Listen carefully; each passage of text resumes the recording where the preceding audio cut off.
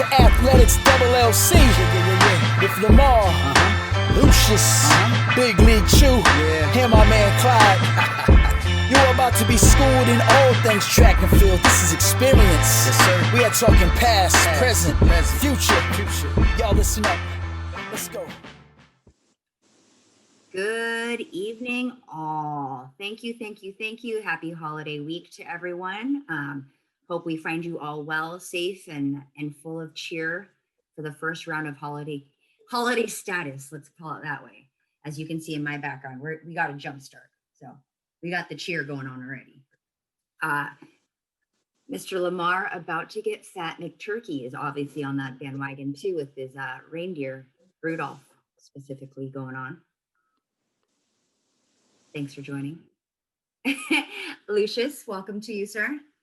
Thank you, ma'am. How are you? I'm very well. Thank you for asking. Last but not least, Clyde, how are we doing? Good evening, all. Fresh and lined up. I like it. I was gonna see his hair is pretty again. Oh man, that would indicate that it hasn't been for however long, which I would totally disagree with. What's not pretty? That sweater. And so it begins. Oh goodness, love it. Well, as always, we've had a very interesting week, and so we aren't going to talk about some of the obvious, and I think that's going to be better off, to be honest with you.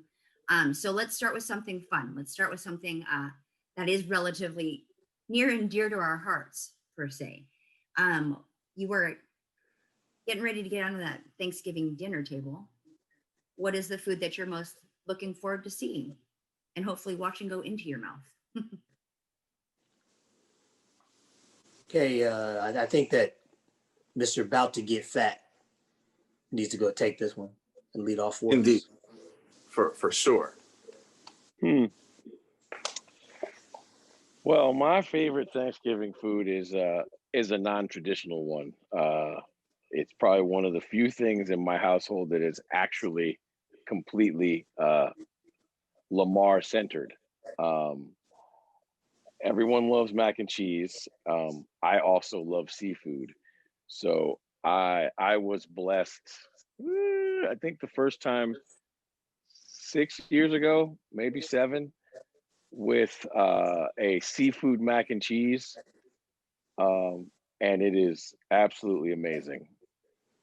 I heard It's usually the ingredient list.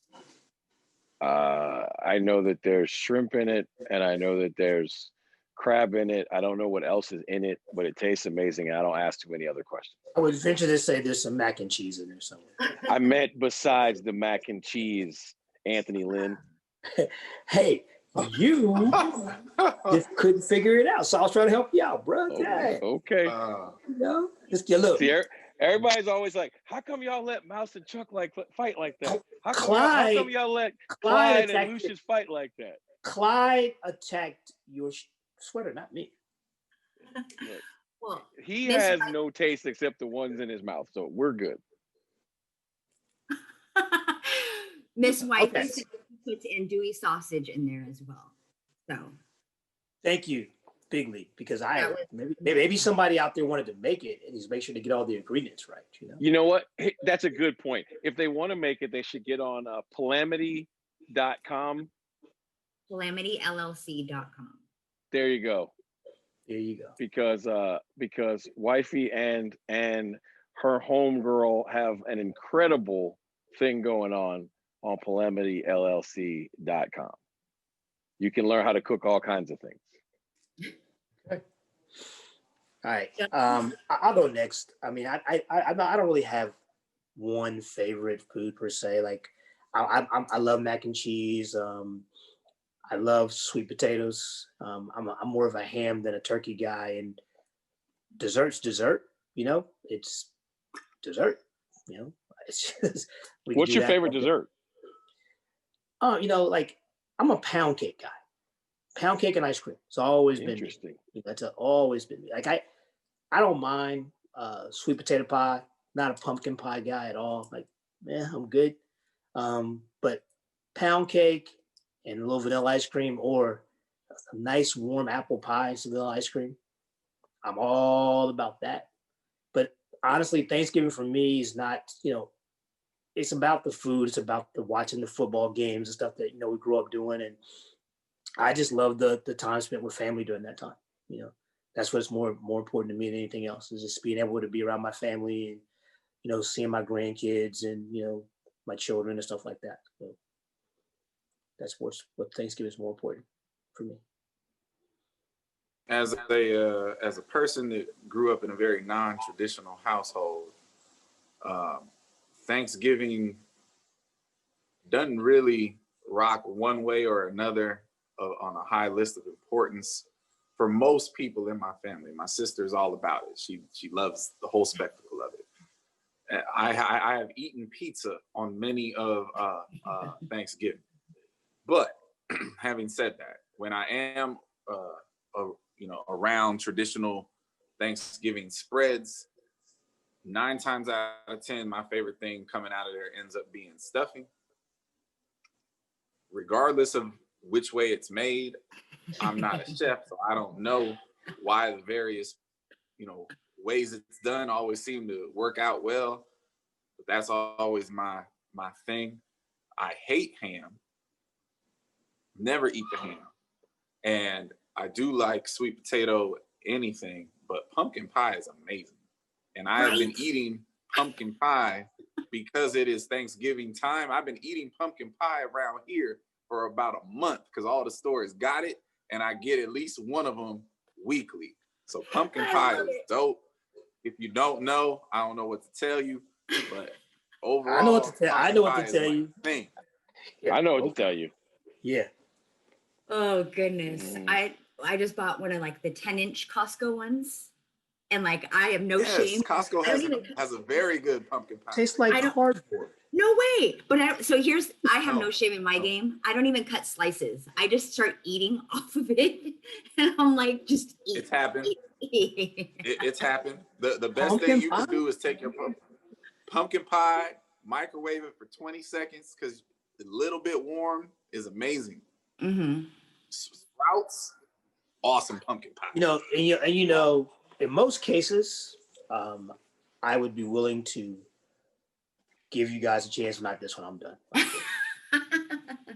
Yeah, But, I mean, pumpkin pie is definitely the JV pie of all pies. Yeah, absolutely, yeah.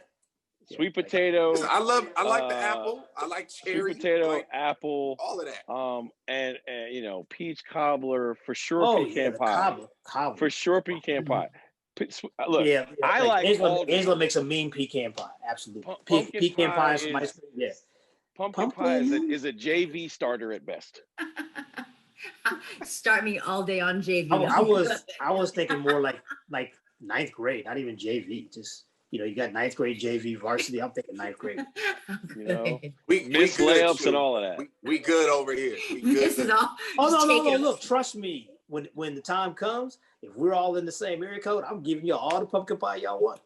Oh, absolutely! I'll buy you no pumpkin pie. You get no fight from me on the pumpkin pie. Clyde, I'll get you a pizza, and I'll even put pepperoni or not pepperoni. What do you like? Pineapple and ham on your pizza. No. I'm talking to the one above you. Yeah. I'm talking to Big League. No. Okay. Pineapple and jalapeno.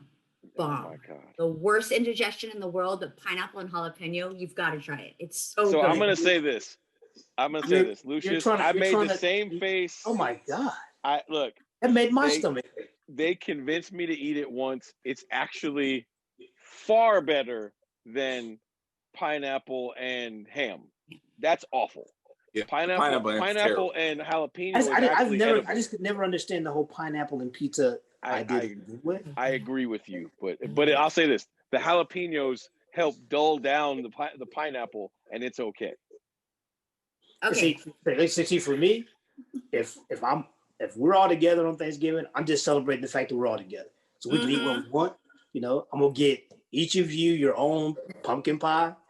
I'm gonna get you a pizza with jalapenos and pineapple on it, and No, Charles, Clyde's a little bit more finicky eater, I believe, so we'll have to work on that. But I'll definitely take some ham. Me and you we can get a Oh, ham absolutely, together. absolutely, yeah, absolutely. Honey baked. And I see. I'm gonna go for you old school folks out there. Hey, back in the day at my house, it wasn't Thanksgiving unless we had chillings. It wasn't Thanksgiving. I'm leaving immediately. Not Thanksgiving. Well, see, look, No. hey, look, and again, I was gonna open the door for you because hey, that's just more for me. I'm good. Because look, if my aunt Liv was making chitlins, dog, we're there. We're all in. I love it. Lamar, you off that boat, ain't you? I've had chitlins once, and they weren't disgusting. I will say this: you cannot be in the home where chitlins are being cleaned. No, that's not a thing. That's the problem.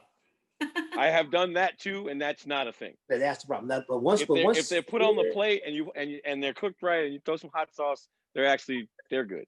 Hot sauce. I'm not ever gonna ask for rice. Them.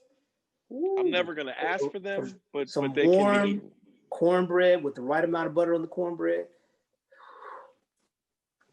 Be still my heart. I love it. This is awesome.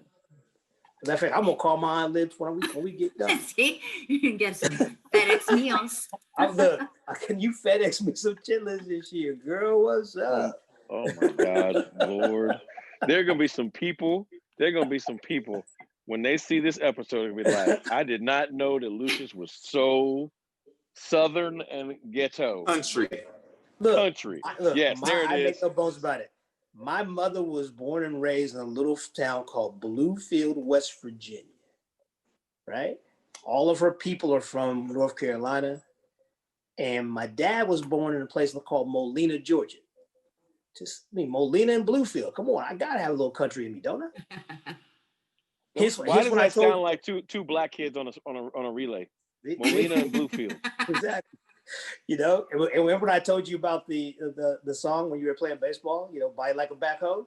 Got a little country, boy. Yes, you do.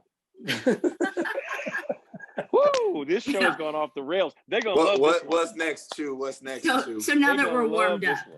Yeah. Now that we're warm. All right. So what is your GOAT status criteria for track and field? So what do these GOAT athletes have to accomplish? Strictly within track. Huh. So I think that, we talked about a little bit before. Is it one mark? Is it a bunch of marks? Is it the record? Is it medals? I mean, there's a lot of things that goes into that conversation, doesn't it? I think that's what she's asking. What goes into the conversation? I'm adding so everybody knows. So for me, I'll jump in this. For me, this is. See, I was trying to get my man Clyde because he had that. He gets that look in his eye. You just did it just now. So go ahead. To me, my GOAT criteria for track and field honestly isn't much different than it is for any other sport. And my biggest word is always context. So you have to have won something. Like, you can't be the GOAT if you never stood on top of the mountain. Longevity matters. How long can you stand on top of the mountain? Consistency matters. All of these things come into it. So for me, I've never been a fan of one-sided arguments. I like as much context as possible. And for me, when I'm considering a GOAT of track and field in a particular event, I'm always looking at as many layers as I can to, pick apart differences. Because at the end of the day, if you're talking about, a GOAT status worthy athlete, you're splitting hairs at the top, right? So how are you going to split those hairs? I think you need as much context as possible. Yeah, I totally agree. And I think the biggest thing when it comes to the whole GOAT conversation is always, you get the bandwagoners, the people that, as I call them, the Janet Jacksons, what have you done for me lately crew, like the hot topic person. And, I'm always going to go with the person that's, I like dominance. I like consistency. The guy I like to talk about a lot is Michael Johnson. He took on all comers. He took him on in two different events. That kind of a GOAT, is the kind of guy, I'm talking about, the Alan Johnsons of the world, the Bolts, Carl Lewis, those kind of people, because they lined up against anybody, any place, anywhere, and they got it done. They showed up at championships when it mattered the most, and they got it done. And I don't think you give people GOAT status just because they simply run fast one time. You'll give somebody GOAT status because they, they win a regional title, just to throw that out there, right? So I think for me, it's a body of work. And it's more importantly, it's the male or female who takes on all comers at all levels. At all. Who you beat absolutely is a part of that. Oh, absolutely, yeah. I mean, like for me, a guy that nobody talks about much, and I don't know why, is Edwin Moses. Like the guy didn't lose forever, right? And it wasn't like he was dodging people. It wasn't like he showed up once a year in race. And that's how you get GOAT status. You line up and you beat the crap out of people, right? I look, I could be here all day with just listening to the all two. This is probably one of my favorite topics. For me, it's a lot of what you guys said. I will say this: there's one very, very stern criteria. You have to either have won a gold medal or set a world record. It's what you have. Like the starting conversation is that, and then from there, it's a lot of what you guys said. Like it's not enough to have done one of those things, right? But to be in the conversation, you have to have done at least one of those things. In some cases, the conversation might almost start with you had to have done both. But for sure, to be in the conversation, especially in the sport of track and field, you have to have done one of those two things. And then it's a history. It's probably a career that spans at least 2 Olympiads, with a pretty fair amount of winning involved in those 8 years at minimum.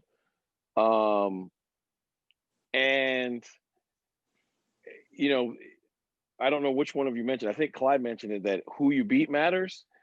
I would almost say not only who you beat, but how you beat them.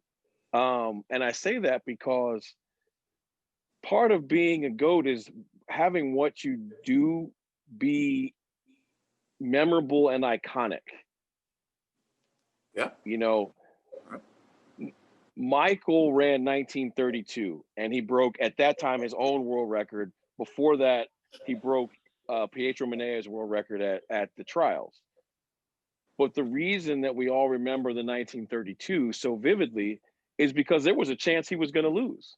Because the last race before he came back to the games and all that other stuff, the last race over in Europe, he lost to Frankie Fredericks, right? And Frankie had, and Frankie had just run really, really well in the 100, and had just been barely beaten out and broken what would have been the beginning of the season's world record and lost to Donovan.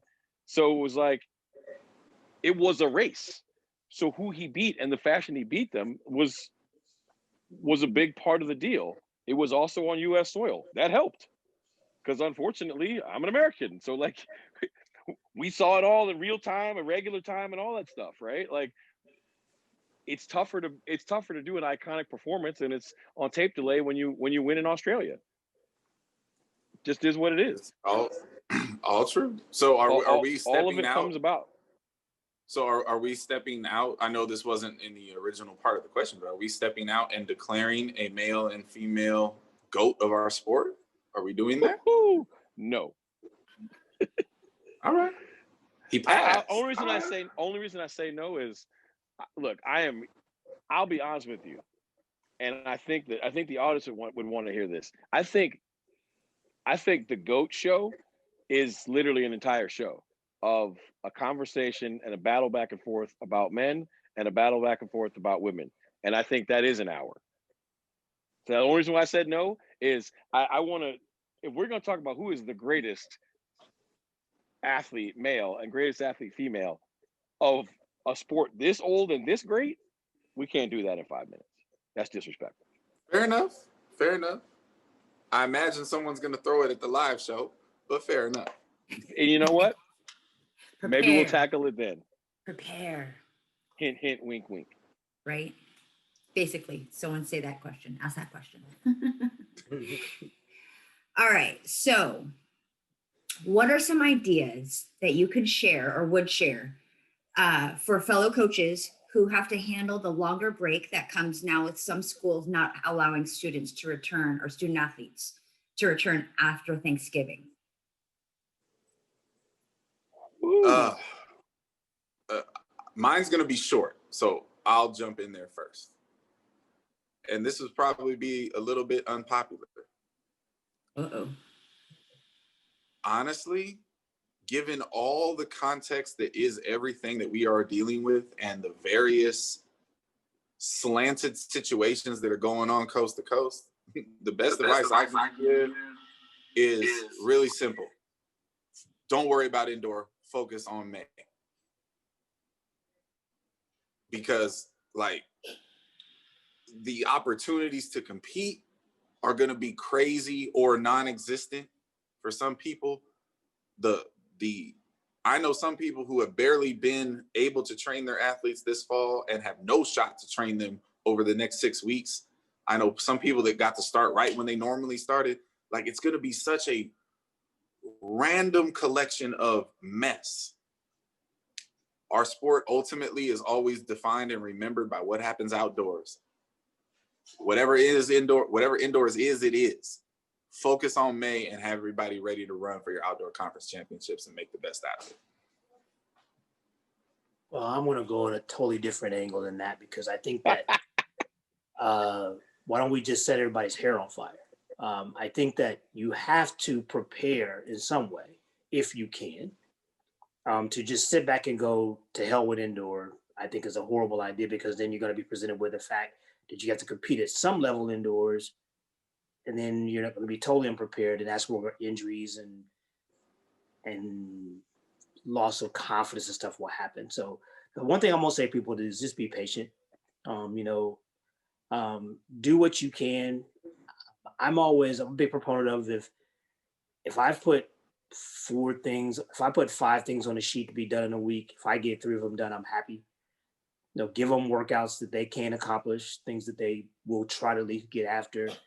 But again, I think just understand that I don't disagree with Clyde in that it's going to be, very, very interesting. It's going to be very, very different across the country.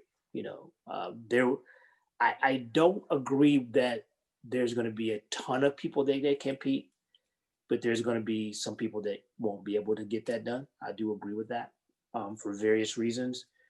But at the end of the day, I think that if there is any chance at all that you can compete, that if you're a track and field coach, it is your job to get them as prepared as possible. I do think that it's a good idea to make sure that you can be ready to do well outdoors, but I don't think you can totally trash indoors on your way to do that, because I think if you do that, you're going to end up getting yourself in big trouble. But I'd say be patient, understand what your athletes can and cannot do based on where they are and what their situations are. Be very diligent in how you write your training, and understand that if you get 60% or more of any of that training done, that you've hit a home run. And then when they get back on your campus, be very, very smart and very, very careful the first week or two you have them back, so you don't get them banged up right away. And to be clear, you use the word patience. That's ultimately what I'm speaking about. Like, because it's going to be so chaotic. You see what I'm saying? Like, I'm not saying trash it, like don't compete. You're going to have to compete if you have it on the schedule. What I'm saying is, like, I'm not going to stress myself over that part of it because of how chaotic I know it absolutely is going to be. There are some people that'll have a full indoor schedule and some people that will have no indoor schedule or one meet. You know what I mean? Like, so for me, if the pinnacle is going to be NCAA outdoor championships, that's where I want to be. That's how I'm going to ultimately define whatever success is going to be of this completely random and chaotic season. So Clyde just stole my word, which was patience. He said it. Lucious said it. I said it. Thank you. He said it. What I think is going to be very important for coaches to do is to practice the less is more mentality. While they're away from you, I think that Lucious's numbers are spot on. You know, give them 10 things to do with the hope and the expectation that they get 6 of those things done and call that success and be excited that they got that done. And when they get back to you, just build the season and I think the bigger thing for me is to make it probably more so than any year you ever had before as a coach, do some extra work and individualize as much as you can, because your group of 8 or 10 is going to come back in like 6 different spots. You're going to have 1 or 2 that came back and like got 8 of the 10 things done and is ready just like normal. And you're going to have 1 or 2 that got like 2 of the things done and are really kind of struggling with the whole COVID piece and, you know, borderline depressed and just a whole lot of other things. And so you're going to have to meet them where they are. And so I think it's very, very important when you get your kids back to individualize and really assess where they are and just build, like meet them where they are and build from there. So can everybody be a conference champion? No, not in this year. Can everybody qualify for the national championship indoors? No, not in this year, because the one thing you cannot do, you are making a horrific mistake as a coach and a guider of young people, is if you cut corners to get them there because of your own personal or team gains. Like, just build the season. The ones who came back and they're 3 stories tall, build from there. The ones who come back and they're still working on the foundation, build from there. Right? By the time you get to outdoors, theoretically, everybody has a chance. If it's all interrupted, everybody has a chance to be all caught up. But at the end of the day, I just think you have to individualize and build from where the kids are that you get back. Because if you try to group think like you do in most years, like for sure somebody's going to get hurt, somebody's going to get lost, somebody's going to feel like you don't care and they're going to opt out. Like all that's going to happen. So if you individualize, you got the best chance of making a positive experience for them and you get a chance to learn some things in a situation where you wouldn't normally. I think this is an opportunity to get a whole lot better as a coach and put a whole lot of things in your toolbox. Just my own personal opinion. Absolutely. I think the biggest thing for me is, you talk about your toolbox. Don't be afraid to use things you already have in your toolbox, and don't be afraid to add to that toolbox. And when it comes to the athlete, if you've got a 24-foot kid that you think can jump 26 feet, give him time to get there. There's this little word that's been running around this sport for a long time, red shirt. Don't be afraid to do it. I mean, because there's this talk out there, the season is not going to count against them anyway. So why rush and put them out there? If you've got young athletes that haven't been able to learn, that haven't been able to acquire the skills that you're usually able to teach, haven't been able to get the strength levels, redshirt. Give them the time. You promised them that when you were recruiting them. Give them the time. Nice. You think what do you think the possibility is? Because we've all heard that is absolutely be a thing indoors. What do you feel like the outdoor piece of that is a possibility to be? That the season doesn't even count regardless. I think because they gave them outdoors last year, because everybody's getting that one back. I don't think they're gonna give them 2 outdoors. So I think that they've given them outdoors, they've given them cross country, now they give them indoors, and now hey, you got a complete set. You got your dishes, your silverware, and your glasses. Move on, right? You got your set. Unless you're a junior college kid, where this whole year doesn't count at all in the junior college world, right? But to that point, right? Well, we don't know whether this is the thing I thought was crazy about that thing. The NJCAA jumps out on that limb and says this whole year of athletics doesn't count against anybody's eligibility, but the NCAA hasn't said that. Right. And to your point, Lucious, that'll be a really, really untenable situation, right? Because I know several kids that have been in school for 3 years now that theoretically are going to go to a 4-year school with 4 years of eligibility left. They are not going to be doctors.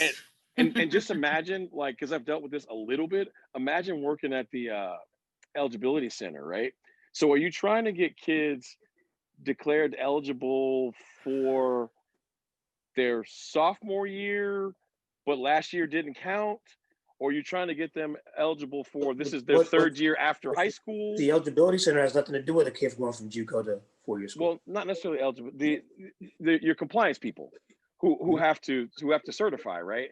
Are you certifying a kid for their sixth semester after high school, or their sophomore year of eligibility, Well, see, or their freshman year of eligibility? But the academic piece doesn't change because the academic rule hasn't changed. You still have to have your percentage towards degree requirements. But that's the crazy part, right? So if you don't have those, you can't come to school anyway. Right. So you're giving these kids extra years of eligibility, but they still got, what is it? 25, 40, 60, 75, or whatever it is. Is that right? Right. So like, if you're now in your third year, where let's say you redshirted and then last year was a COVID year that everybody got back. Now you're in JUCO and that doesn't count, right? You're going to be going into your seventh semester at a four-year school and have to have, 75% of your eligibility done? But you have 4 years of eligibility left. Huh? Yep, that math don't work. That's like, as my son says, that's math with letters. Right. See, but here's the thing that nobody is really factoring in here. It's a fail-safe. That's all it is. It's just put there to say, okay, look, we gave you this opportunity. They're going to graduate. You're going to have people graduating and still have 2 years left of eligibility. They can't use it. No doubt. They can't use it. Because eventually, which is why they shouldn't have gave them the years back. Yeah. But they had to. Because if they didn't give them back, then somebody was going to sue them. They had to give them back. So here's the thing. Look, I agree, except for the fact, look, we've all flown, right? When the airline messes up, they're liable and they give everybody, vouchers and all those things. But when they have acts of God, that's when people are sleeping in the airport, right? That's when they don't give out vouchers and all those things. Because unfortunately, look, the COVID situation is awful, no doubt. But that really is not the NCAA's issue, right? Because it happened to everybody equally. But they made it their issue. And once they made did, it their issue. And once they did, you can't go back now. You can't be on both sides. Like you gotta this get is all why the way in or get all the way out. They're half step. This is why I always thought from the beginning it was a bad idea to give them the year back, because we knew this was going to happen. If you give them a year back, you have upset an apple cart that it doesn't work. The system was not meant to have 6-year and 7-year college kids. See, the only thing to do was last year say, okay, if you're an underclassman, you haven't redshirted, you could use that as your redshirt year outdoors. Fair enough. That's the only way to do it. But this thing of adding on, it just convolutes. It's not good. Because it gets, as each passing day goes by, we hear more and more about what's going to happen and what's not going to happen and what might happen. It just sounds crazier and crazier. It does. And like I said, just get prepared. You're going to see some really good teams the next 2 years. Really boy. Man. Yeah. Okay, so keeping in the COVID track, no pun intended, would the return of the dual meet schedule change the perception of track and field at the collegiate level?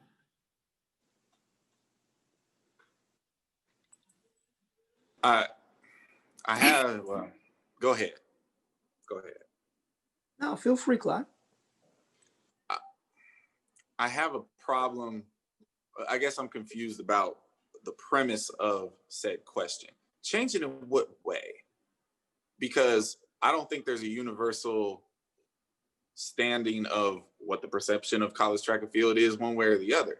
If the question is about will keeping score at track meets make track meets more interesting to the general public, I personally don't think so. That's just me. However, I'm wondering if the question is more of a COVID question or more of a question in the sense of, should we be doing this thing anyway? And long before COVID came along, there is a group of people and coaches in our profession that have been pushing that narrative for years, well before COVID ever started, under the guise of, focusing on scoring points at track meets to make us more relevant to administrators, to make what we do more defined. I've heard those arguments. Some of them I agree with, some of them I don't agree with. I do believe that in this time, probably the smartest thing everybody could do would be to compete in duels or three-way meets or quad meets within your conference, because it reduces the travel, because it's easier with the restrictions, because it's easier with the testing guidelines. The flip side to that is you might be, by necessity of COVID, handing a model that you're going to get stuck with long term. Because again, there are a bunch of people who want to see that transition happen. I do not agree that such a transition is going to make our sport more appealing to the public. I don't see it that way. And that's what, I have more thoughts, but I'm really more interested on what my colleagues have to say, because I feel like what they're going to say is going to spark a conversation one way or the other. Well, first thing I'm going to tell you, this is not a COVID thing at all. It's nothing to do with COVID. The question is not a COVID-based question. It's really a question about the appeal of collegiate track and field. Being a bit older, I do recall the days of the big dual meets where the stands were packed, where there was great interest in those competitions. I think that because track and field, in an effort to be relevant and for monetary based reasons, started having these huge invitationals and huge meets and charging enormous entry fees. And then now the meets went from a 2.5 hour deal to a 6, 7, 8, 9, 10 hour deal. That's when the fan base went away, because nobody wants to sit out there all day. But I do believe that if there's a Florida State dual meet, that's a great meet. The USC UCLA dual, you pick them, Ohio State, Michigan, Cal, Stanford, the big meet, which has always been, I've been hearing about that since I was in middle school. Absolutely. So I think that if you bring those kind of competitions back and they're meaningful, and the fan bases of those schools, like if you have a meet between Cal and Stanford and both teams are good and competitive, and their fan bases can all drive to a short distance to come and sit and watch the meet for a couple of hours, then I think it does make it more appealing, which is what the base of the question is. Will these kind of meets make the sport more appealing? Absolutely so, especially to the fan bases of those said schools. And then if you then take those events and you put the information out there, if you start putting these kind of meets on your local stations, on the live streams and stuff like that, if you got great teams that get great performances, it definitely makes it more appealing, especially if it's a shorter period of time that you have to watch this great competition. Go ahead, Lamar. I don't want to interrupt. I agree with both of those thought processes. Like this is definitely not a COVID issue, but like so many other things that have happened in 2020, let's use COVID to drive us to get us to where we wanted to get to in the first place. That's why track teams are being cut. That's why cross country teams are being cut. That's why budgets are being cut. That's why people are getting fired in athletics, right? Because it ain't about money. Let's just be completely honest. It ain't about money in COVID. It really isn't. Because there's been more drama that's happened at the richer schools than there has been at the lower level schools. Right? If you can count and balance your budget, you can get through COVID. So I think this is about the agenda about how do we make the sport more fan friendly, and I will say also being a little bit longer in the tooth, and having gone to school on the West Coast where dual meets were a huge thing. I don't think there's any doubt that dual meets are better for the general fan base, the people who don't necessarily love track, but they do love, as Clyde has said multiple times, America loves ball sports mainly because they love the score, right? They want to know who won. And I think having four-way meets predominantly, the occasional dual meet, to Lucious's point, that are relevant, like don't force fit them. Like, let's not have a Villanova versus Penn State dual meet. That's not a real rivalry, and nobody cares, right? Like, make as long as the scored meets are relevant. I think four-way regional meets are almost always going to be relevant, and I think that amicable and meaningful dual meets are for sure very relevant. The key, I think, is also, to Lucious's point, live stream it, package it on ESPN Plus, just like they do baseball games every week, where I can, if I got ESPN Plus, I can watch the Florida State duel. If that gets boring, I can watch the Cal Stanford duel if it's that week. If that gets boring, I can watch Ohio State Michigan. Like, I get that, right? That will be a better way to package our sport. But I do think this: the real historical invitationals need not go away, right? So we can't just be four-way meets and can't just be dual meets, right? But I think that's the pillar. I think that's the pillar from which we need to stand. But do I think that Florida Relays, which is like forever old, should still happen? Yes. Do I think that Texas Relays should happen? Penn Relays, if it can happen. Drake Relays, like the actual large, old, venerable, meaningful relay meets should happen? For sure. For sure. Okay. But all these pop-up invitationals, nah, I'm good. I don't need to go to the Gamecock Invitational. So shots fired at my alma mater, but it's all good.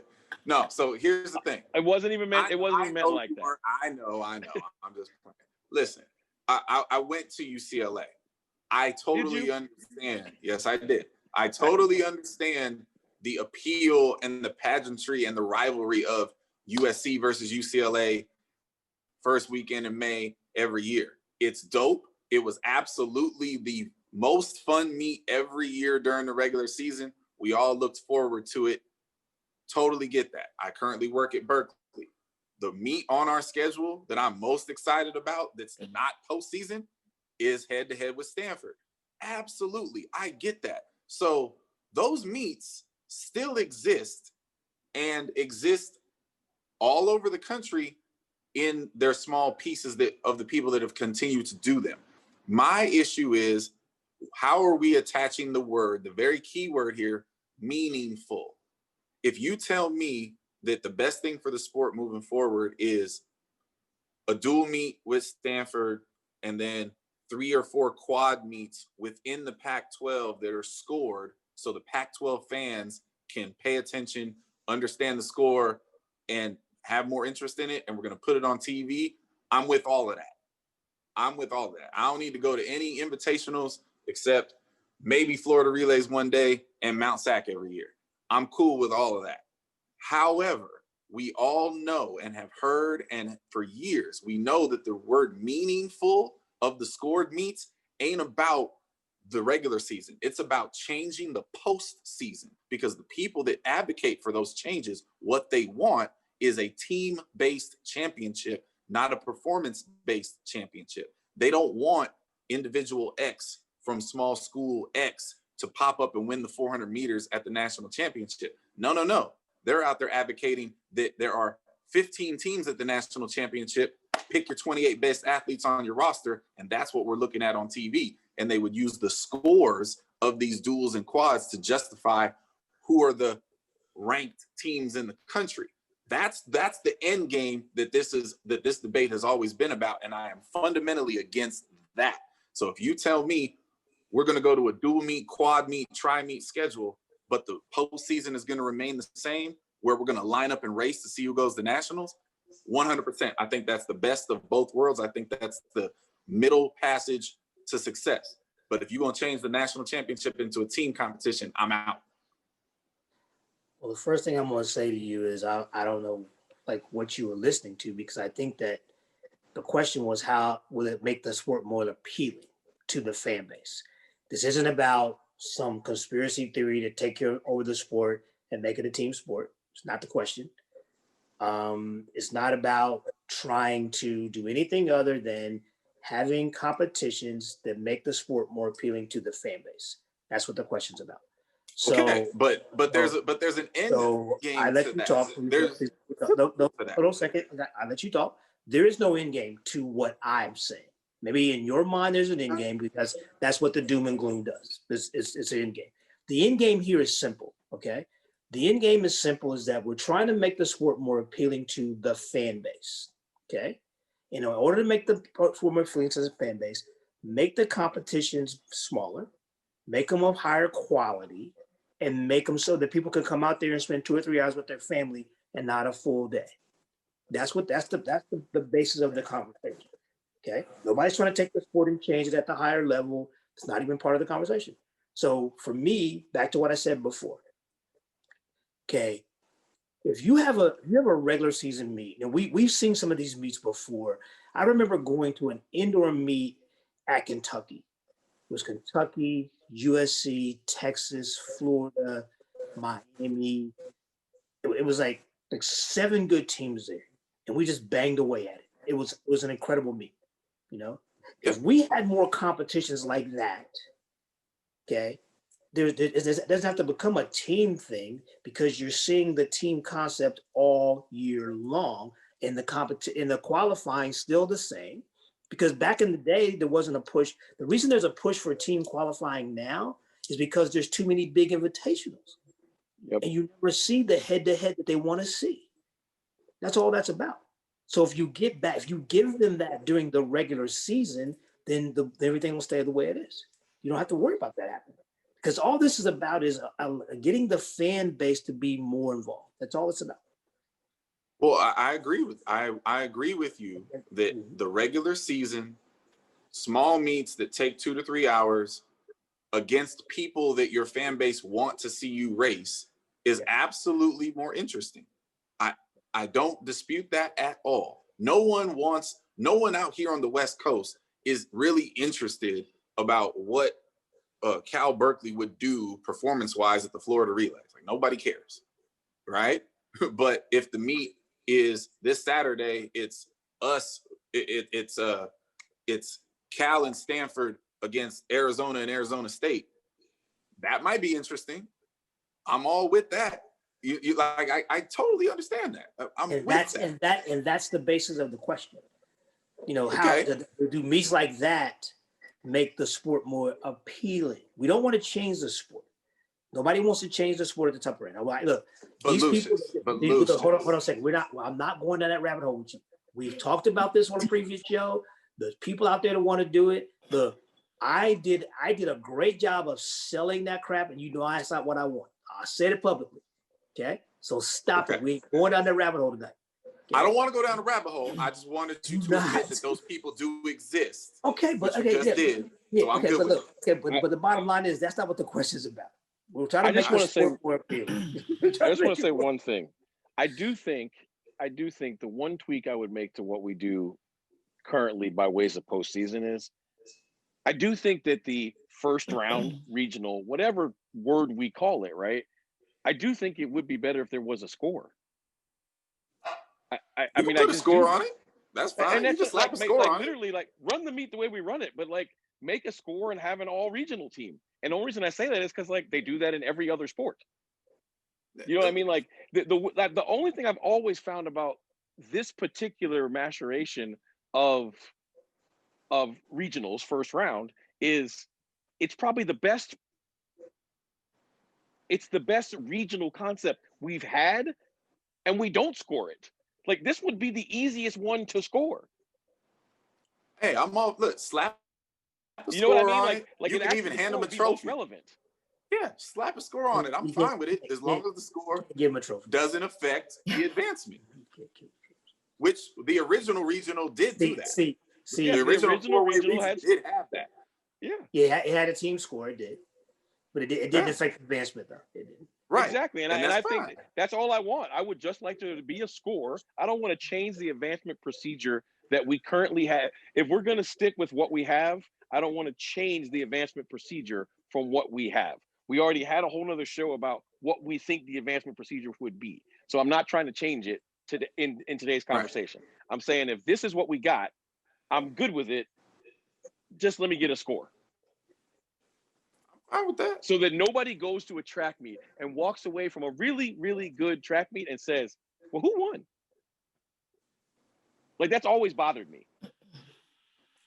No, I get that. I think we've all been frustrated by the question in the first case. Right. The and then question having to frustration.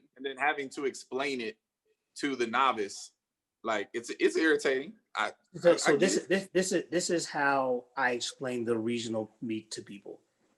The regional meet is used to set myself up to win the national championship. So if somebody asks me, did I win or lose? I'm like, yeah, I think I did win because I gave myself a chance to win in 2 weeks. That's what I've always given a very infuriating answer to the questioner. Well, who won at the regional meet? The top 16. Like, what do you mean? Or the top 12? I'm sorry, the top 12. What do you mean? Well, the kid that finished first through 12, they won. 13th, they lost. Yeah. Lost badly. Just to troll. That's what I do. And again, I mean, to give the current system credit, it does create excitement. It does create drama. Yeah. It does the Cinderella and all that stuff. You know, there are people that don't care for it. But I'm honestly, if you want me to be totally honest about the way we do things, I think it's the best way possible to get the best people there. I do believe that if you change the system the way it is, it's going to really water down something at the end of it. You know, and I just think there's something special about the fact that I can come in there being the 48th person in the country and on my side of the country and find a way to get in the top 12. There's something special about that. Yeah, I don't even have a huge issue with our current regional system. I just would like there to be, look, swimming scores out through 12 places. Hell, I think they score out through 16. So we can figure out a scoring system that goes 1 through 12, right? Only 12 people from each region and everything move forward. Just score it that way. Like the meet wouldn't change at all. Right. Do it the way we do it, right? Now, Lamar, I'd like to ask, because you threw something in there that I found pretty interesting, and this is, I think, where conversations of changes get kind of lost in the minutia, right? We've all agreed that more duels, like you can't have, I don't know, maybe you think you can have a schedule of all duels, but you said I want to keep the traditional big invitationals, right?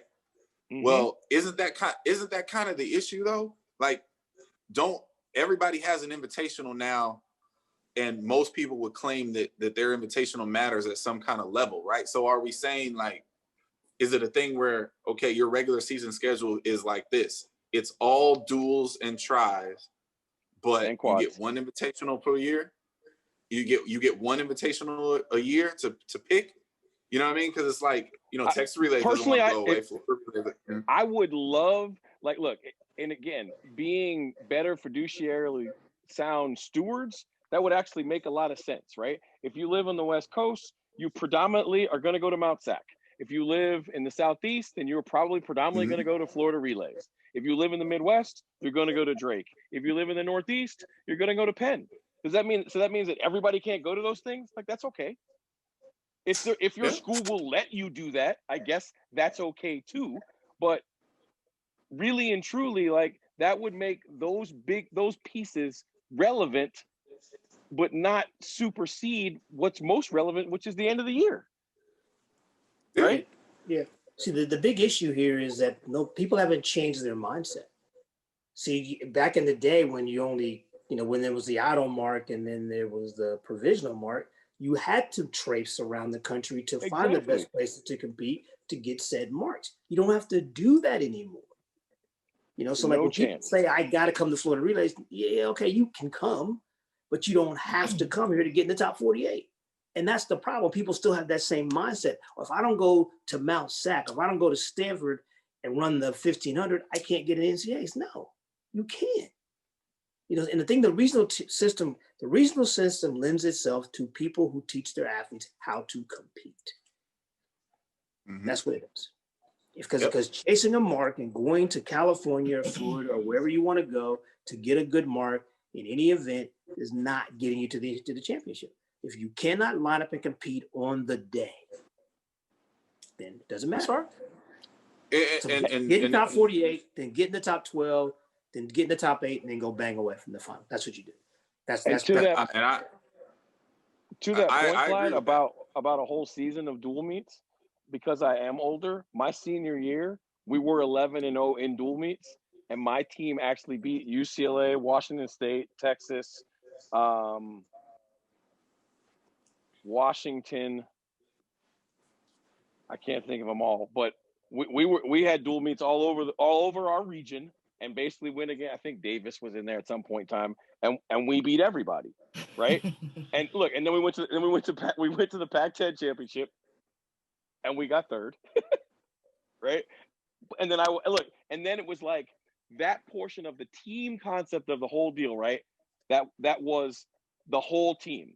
After that, you were like, everybody went home, and the rest of the elite kids stayed, and they were what competed post-conference, right? And there I'm was with that all the way. Look, Doesn't that I won a happen national still now, championship though? in that setting.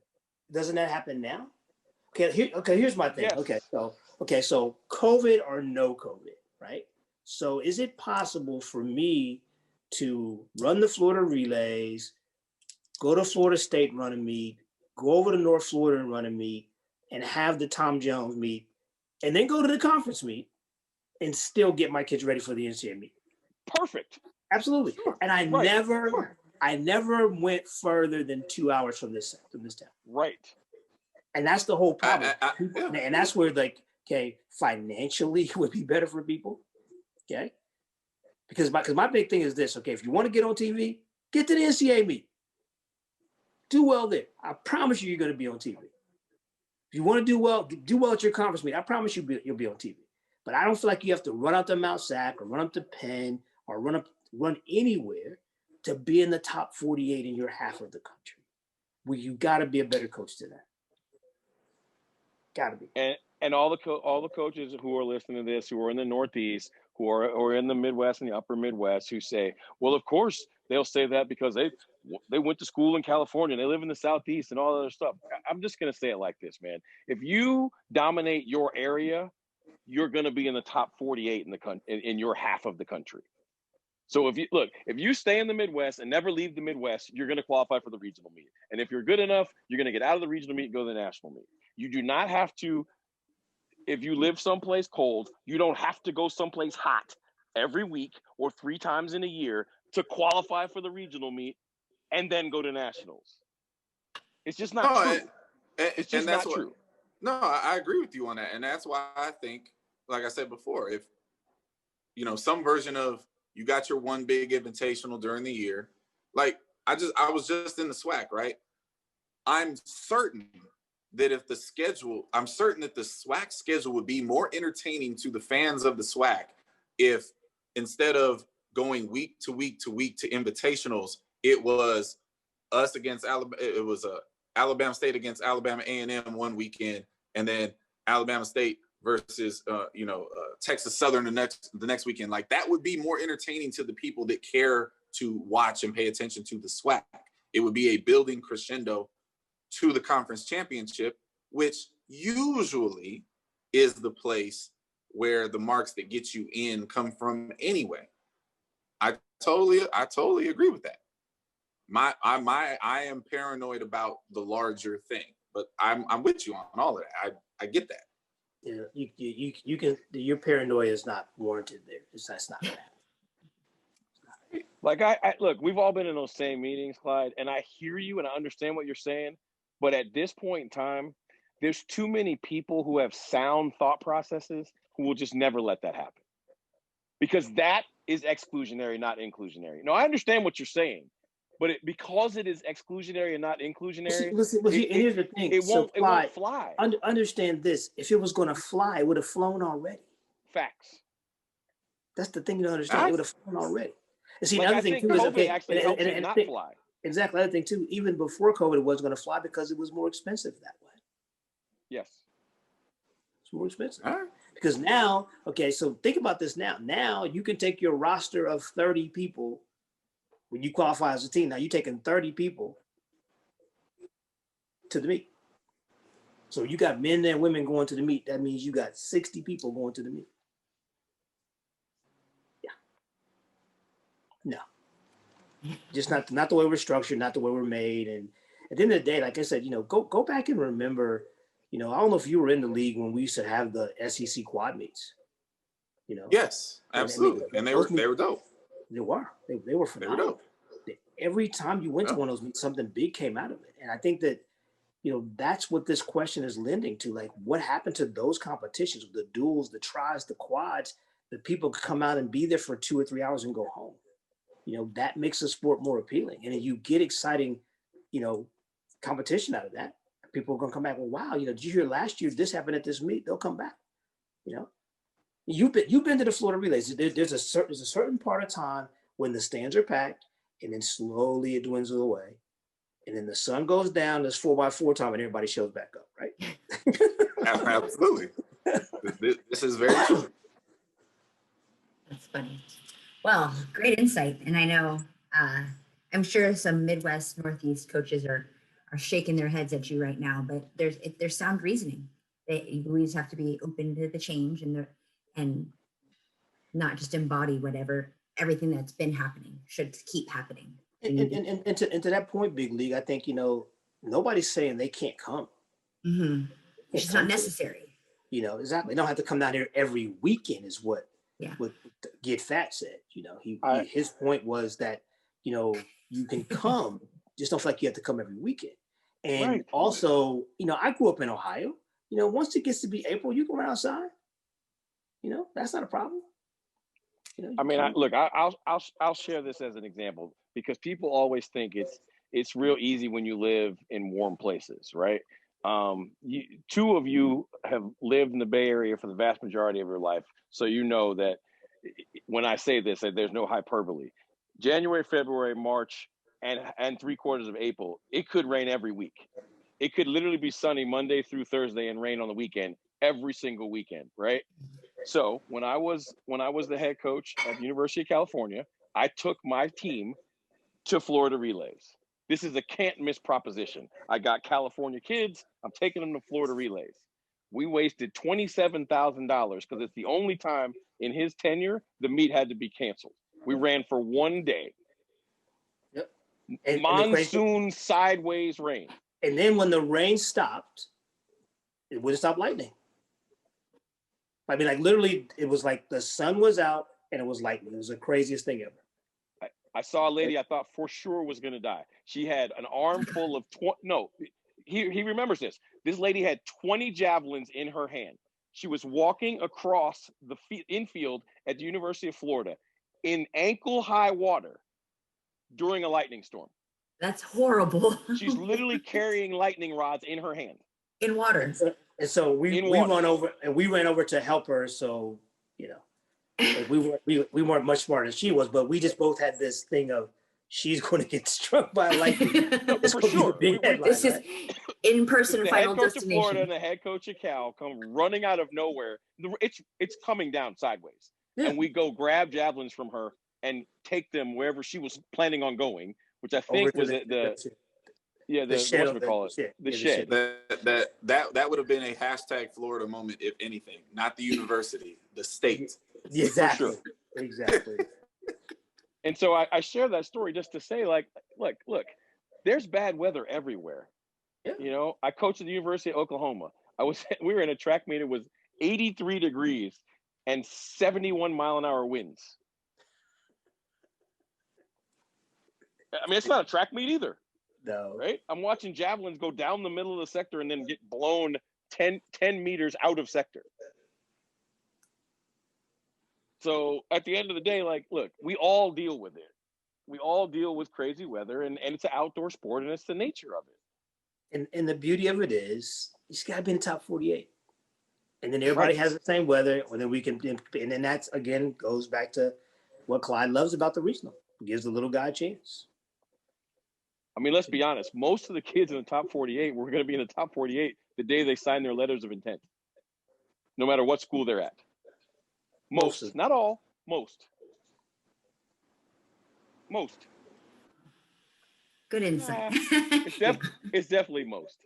We got some wild cards in there. Love it. Well, thank you so much for the insight, because I think that's with our given times, right now, the current situations and the climates. Those are all things to think about, and hopefully these regional conferences and the schools who are maybe intermixing their conferences but are regional to each other contemplate these things and talk it all out. So I will say this to Big League: if people will embrace this concept, you people out there that have flat tracks, look at the indexing, get 3 or 4 good schools in your building and go at it. You'll be surprised. mm-hmm. Gonna upset the apple cart. Yep. They'll become relevant. Yeah, exactly. So yeah. Whew. Whew. All right.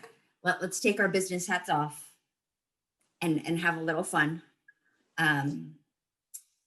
Lucious, the seat warmer has been on all night. Oh, glasses off for this. This one's harder. It gets harder when the holiday comes. I gotta be really sensitive to the holiday. Look, how they do it? Well done. Go ahead, sir. Oh my goodness. All right. So, are you ready, sir? Yeah, I'm ready. All righty. Chicago PD or SVU? SVU. Got it. In the house, socks or bare feet? Bare feet. Love it. Family dinner. Is it a big dinner table or everyone's in front of the TV? Or gathered. I shouldn't say in front of the TV, gathered. Oh no, we're at the table. Got it.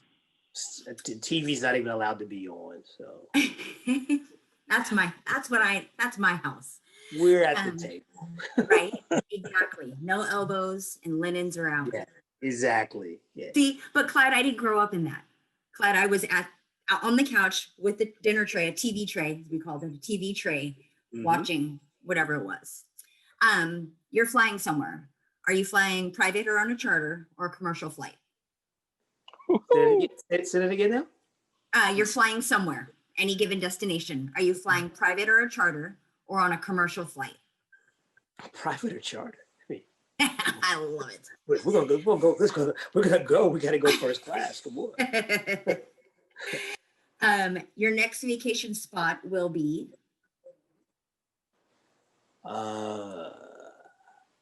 If someone has their way, it will either be Hawaii or Alaska. Or maybe Africa. Yeah. Oh. Yeah. Whoa. That's a spectrum. Yeah. Right. There are just certain times in my life where I just listen for my name. Swipe where? Okay. Yeah. Your favorite indoor facility anywhere in the world? For track, I should be specific, sorry. Arkansas. Love it. Are you rocking with an electric or a manual toothbrush? Manual. Got it. And that's it. I'm ending on the toothbrush for learning about your hygiene. Yep. Manual for me every time. The electric doesn't. Nah, I'm good. Weird. I love my electric toothbrush.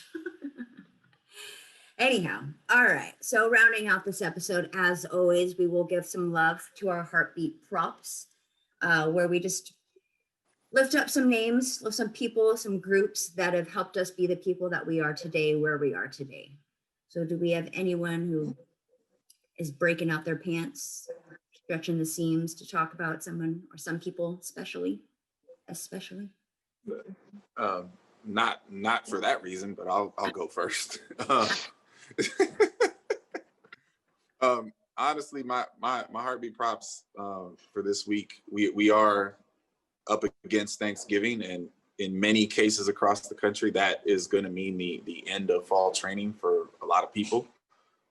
Some people may get that extra space after Thanksgiving to come back, but this has been a really trying year and an awkward fall. So for me, honestly, my heartbeat props go out, to the industry, to all the athletes and to the coaches who have found a way to navigate this thing and get something out of their kids this fall. I know that on my campus, I've been very proud of the kids that have been here and the work that they've put in.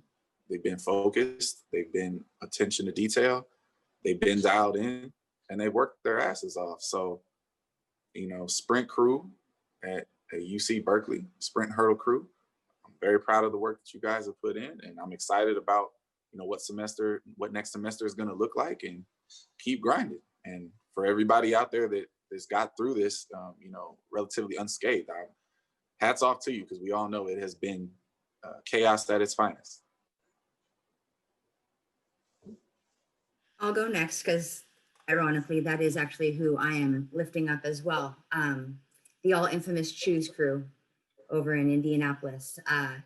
They have fought the fight since September 4th. And, you know, we've got some interesting adversities that we face day in and day out, outside of just weather and whatever other indicators COVID might give us at this point in time on any given day. They've shown up, they've showed out, they've trained their butts off. You know, we've seen some gains in meters and centimeters, dropping seconds, putting up weight, even getting in our body measurements for the bod pod and whatnot. They've really stuck to their guns and done their job on and off the track. You know, academically, they've done their job. Athletically, they've done their job. And socially, they've done their job. They've remained healthy. And that was the one thing that I asked them to do: stay healthy, whatever that means. Make good decisions. Everyone's heard me say that. Make a good decision. So this week, I lift up Choose Crew. Thanks for rocking it, and keep fighting. Okay, I'll go next. Okay. Unless you want to, you can go if you want. Go ahead. Okay. I'm gonna give my heartbeat props tonight to a guy that's he's been a not just a good friend, but a very valued friend for, man, quite some time now, for over 25 years. I first met him when I was a high school coach, Buell's High School, and he was an athletic trainer at the university, and he would see my kids on the track, and he would say something like, "Hey, meet me behind the stands," and he would adjust them or tape their ankle or something like that for me and show me what was wrong. And, you know, when I got the job at Florida, you know, he and I had a lot of long talks about the vision that, you know, the things that we thought could happen here. And he ended up being one of the groomsmen in my wedding. He's still to this day a very valued friend that I could pick up the phone and have, you know, any kind of conversation with. But the big thing I loved about him is that he never let off the gas. He pushed me every day. When I was successful, he would ask me how we could do better. When we failed, he'd ask me how we could do better. And even when he left and got out of the track and went to the football world, he would still call me and challenge me. So my heartbeat props go out to one Mr. Adrian Melendez, who was an athletic trainer here at the University of Florida when I first got here. I like it. My heartbeat props is kind of interesting, at least to me. My heartbeat props goes out to these four tiles, and not from a personal perspective, not because you guys have like done such wonderful things in my life, and this is literally one of the best things in my life. That is all true. But my heartbeat props go to this group because of all the feedback I get. All the feedback I get about this show centers around the fact that we have become the calm within the storm for so many people. I know so many people who they're like my LLC friends, right? I have friends that text me during the episode that they're watching on Fridays, like just intermittently throughout the episode as they're watching it. I always have to like remember which episode they're talking about, but right. But I lock in. And then I have so many other people, friends and non-friends, people that I've met who say that this is the one good thing about 2020. Like every Friday, they look forward to this, and it creates conversation and positivity and a smile for them on Friday, or some people watch on Saturday morning, like that's their thing. And all of that, you know, and all of that goes with it. Yeah, my battery was dying. Sorry, y'all. You know, technology is 2020. Right. you know, my device wanted to tell me that the battery was dying. Thank you. But, you know, like, not trying to be kind of patting ourselves on the back, but I will say this, like, I think it's awesome that this show that means so much to us seems to mean so much to so many other people. And for that, I will say to everybody who watches and listens and whatever, because a great number of people don't watch, they listen to the rebroadcast, which I think is interesting. But I'll say to all of you, we are committed to this.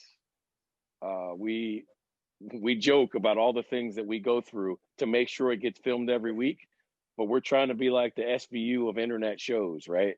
You know, 22 seasons. 22 seasons. You know, like, look, I think a lot of people thought we were going to stop when we went back to work, and that's just not a thing. You know, I think all four of us have traveled at some point. Chu has not traveled and had to film from said travel. She has just relocated. I traveled the house. But you know, like, look, we love all you guys. We hope that Thanksgiving goes absolutely great. 2020 will end, I promise. But I do know this: the LLC crew we will be standing, God willing, in 21 and 22, and until it's time for us to actually put it down. I think this is going to be what we do. So my heartbeat props go to all of our fan base that feels as if we help them. We love you, and we will keep grinding out every week. Amen. We are going to have to decide how we're going to do this in seasons. I guess that's the conversation. I still think that we got it right. We have the right day to record, and having it come out on Fridays is absolutely ideal in a track season, because that's when people are on buses or on travel and they can watch. Or they come home from the Friday portion of a Friday-Saturday meet, you know, post dinner, sit and chill and watch LLC. If we ever get to travel. If we ever sorry, get, look, I buzzkilled that one. Sorry. Don't go down the rabbit hole, too. Exit Here's what I'm gracefully. gonna tell y'all. Take it from someone who has been traveling through all this. It's overrated. Oh, okay. This, as the good book says, this too shall pass. Yes, For sure. Amen to that. Amen to that. Too shall Well, pass. gents, it's been a pleasure as always. And as Lamar is highlighting, you know, we are getting comments. I can see it if you look on our YouTube page and our channel and whatnot. People are commenting while they're watching, and that's very uplifting, because they can't hold it in. They got to let us know. And so, But before you go, yeah. Lamar, a couple of things. You got to get off of Indiana. You said they're going to get curb stomped, and they didn't. So you need to apologize to Indiana football. That's true. He said that. Right? I did. And you know what? Congratulations to y'all. You played Ohio State very well. And the quote you're looking for was what was attributed to Mr. Bum Phillips in regards to, that guy. Come on. Houndstooth The player swapping. You can do it. Player swapping. Houndstooth hat, real long Bear and Bryant. nose. Regards to There Bear you Bryant. go. Yes. That's I funny. would have been correcting myself next week, right? What was it? What was the quote? He can take his in and beat Yorin, and he can take Yorin and beat his in. And he can take his and beat Yorin, and then turn around and take Yorin and beat his in. So, yeah. Yes, keep them coming. Keep them coming, because we are not perfect. So, with all that said and done, thank you so much for your time, your patience, and your attention. Gentlemen, have a great week. I hope you all get stuffed and pass out. Get fat, baby. Loving it. Gonna happen. Loving it. Right? Whatever your turkey trot looks like this year, may your turkey trot be warm and not so painful. So other than that, have a great holiday week, and we will see you again soon. Bye. Happy Thanksgiving. When the lights come on, the roaches get to running. When the mics come on, opponents mess the plumbing. Heard you like it warm, hot, knife the butter. Truth hit 'em hard, knock 'em off that rebuttal. Tsunami, tidal wave to your puddle. Tough love, punch you in the arms, little brothers. Athletics, LLC, there's no others. Track and field's pacing with pill to go further. Hey, Wally, Coyote, it's road runners. Feels like you know us, you've been with us the whole summer. If not for this quarantine, these four corners wouldn't be here, but we here, so start learning. You gotta earn your stripes, gotta get your scars. Show you how to fight, but show us who you are. You lack experience, but still you wanna talk. And who is actually talking to you? Circle's kinda small. Heads prevail when the backbone's strong. Gotta keep it coming, no, it won't last long. Pass and fail, then sell the sad song. And if you don't check yourself, then that's wrong. Just trying to give you the real that you asked for. So why you keep cutting us off to ask more? We put it in slow-mo, but you fast forward. Athletics, LLC, the task force.